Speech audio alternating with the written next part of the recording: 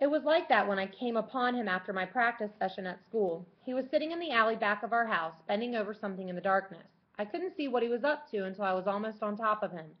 There he sat in the midst of dirt and trash. Directly in front of him was a lean alley cat, which he stroked as it lapped milk from a rusty pan.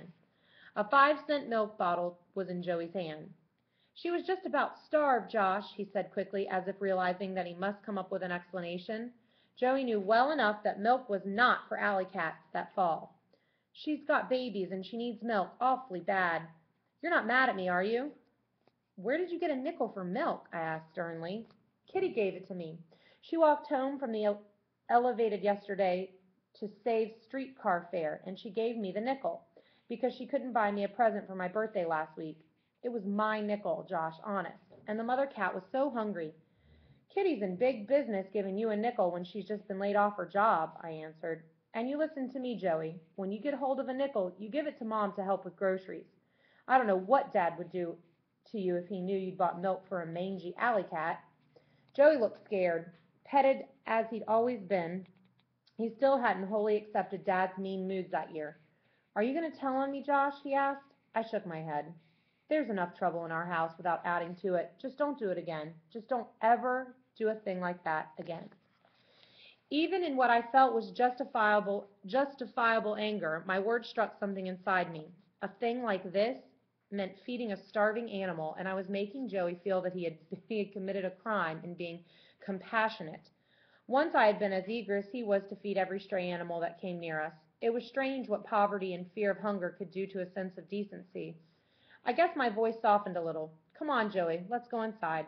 I won't say anything about this. We went inside to desolation. Mom was lifting boiled potatoes from the pan to a serving dish, which she placed upon the table. Nothing else was there except glasses of milk at Kitty's place and at Joey's and mine.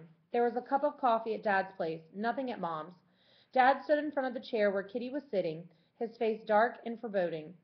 Kitty was crying. I tried, Daddy, she was saying. I tried so hard. I wanted that job more than I've ever wanted anything in my life. I was so scared that I just went to pieces. I couldn't remember my shorthand, and my hand shook so that I couldn't do the typing test. You've got to believe me, Daddy. I tried. Well, you didn't try hard enough, my girl, and get that into your head right now. Your mother and I have spent good money putting you through high school, giving you a chance to learn this stuff so you can make a living. You'll go down to the Loop tomorrow and you'll try about 100 times harder than you tried today, or you needn't. He stopped himself suddenly and sat down at the table, looking as desperate as I'd ever seen him. Kitty sobbed. It was awful. I had never known Dad to be mean to Kitty. She was the child of his Elizabeta, the young wife who had died in Poland when Kitty was born. Mom had told me many times about the frightened little girl Kitty had been when Dad sent for her to come to this country and to a new mother. I guess Dad and Mom had worked hard in those days to bolster Kitty's confidence with love and understanding. You must understand, Josh, Mom had told me once when I thought Kitty had been treated with more consideration than I had. You must understand that Dad is terribly proud of you. You're a son, and Dad is a man who wants sons. But sometimes he's afraid of showing all he feels for you.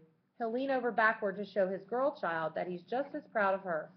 He'll even go so far that it seems he's setting her up above you, but it's not so. You'll have to understand this thing in Dad's nature. That night, as Kitty cried, I wondered if Dad was capable of loving anyone. It was only a few minutes until he turned on me. And where have you been until nearly dark? He demanded. Why is it you don't get home after school to help your mother? I was practicing, I answered shortly, expecting this admission to bring more wrath down on me. But Mom quickly interrupted. I gave him permission to stay after school, Stephen. He needed to practice for the assembly program next week.